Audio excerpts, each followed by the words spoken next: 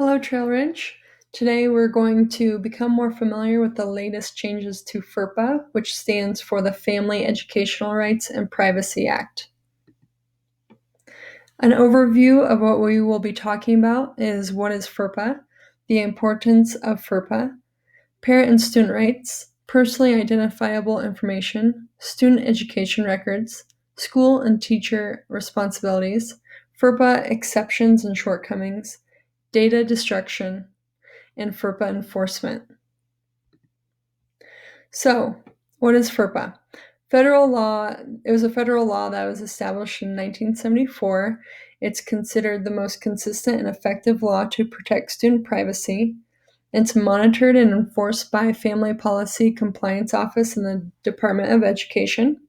And it preserves personally identifiable information, which is PII, and student education records. It applies to all educational agencies or institutions receiving federal funds through a program of the U.S. Department of Education. So why is it important? Technology is advancing and it's threatening student privacy. The U.S. Department of Education reports that hundreds of educational data breaches occur annually, and we need to prevent identity theft, fraud, and extortion by protecting student data. Personally identifiable information, PII. Direct identifiers are student's name and social security number. And then there's indirect identifiers, which include student's birth date, birthplace, mother's maiden name.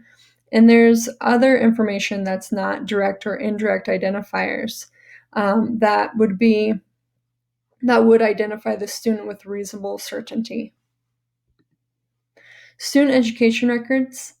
These are records directly related to a student.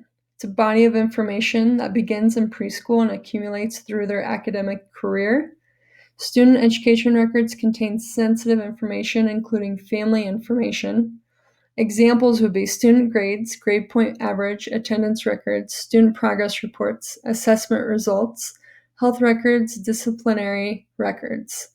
And then student education records are not a teacher's private records related to instructional or classroom notes, law enforcement records, employment and alumni records, and grades on peer-graded items before recorded. Parent and eligible student rights. So students ages 18 and older and parents have the right to access education records. It includes surveillance recordings if picture or video is directly related to a student and maintained by the educational institution. It does not include a recording that does not focus on the student's image or video that's incidental to the activity, and participating in school activities open to the public.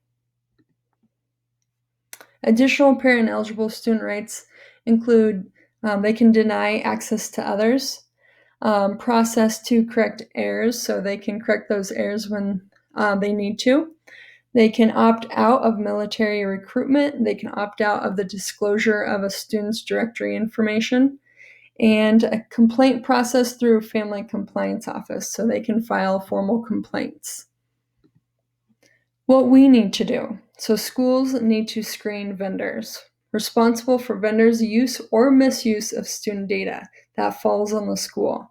Questions schools should ask vendors to ensure they are compliant with FERPA. How are parents and students given access to education records?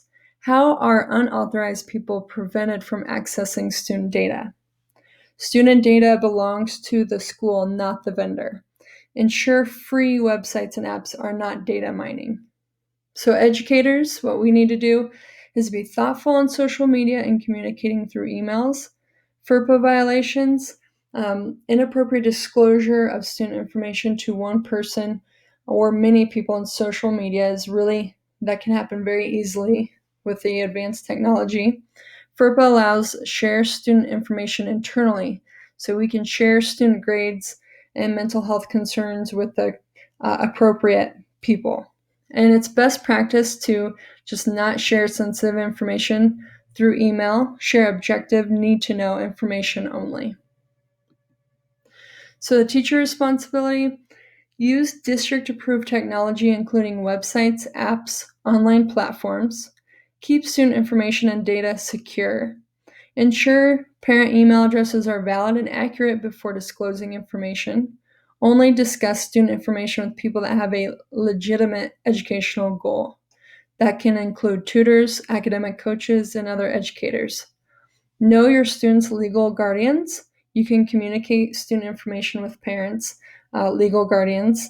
If a person who is not a legal guardian requests access, report it to the principal. Understand the parent and student rights, protections, and exceptions under FERPA. You need to know what student data is in an education record, rights to view records, and appropriately sharing student information.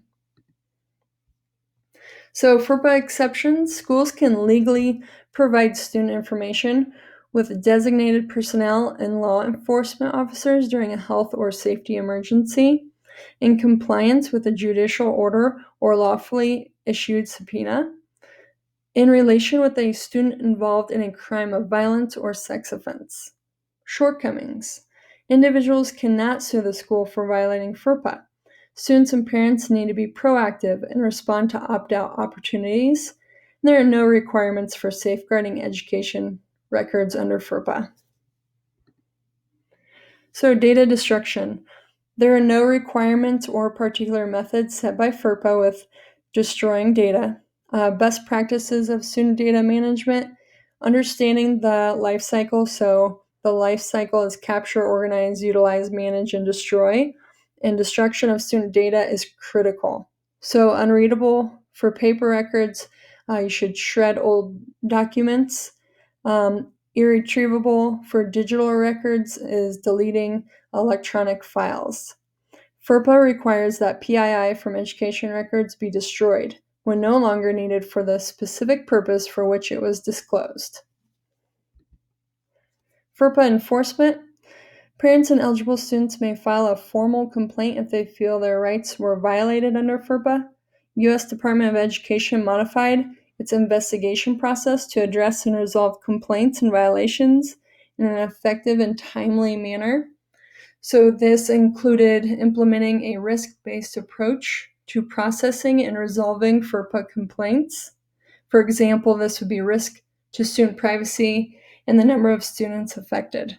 Most time-sensitive complaints involves a parent or eligible student rights to access or amend the student's education record. The department helps mutually resolve the issue. And then many complaints involve accidental disclosures of student information. Department works with institution to improve policies, practices, and security controls for the future. Resolving complaints. The department helps education institutions by assisting them into compliance and works to resolve complaint issues. Federal funds are withheld from institutions unwilling and unable to comply with regulations. I will send this as a reference for you to use throughout the year. We will revisit it every year. Thank you.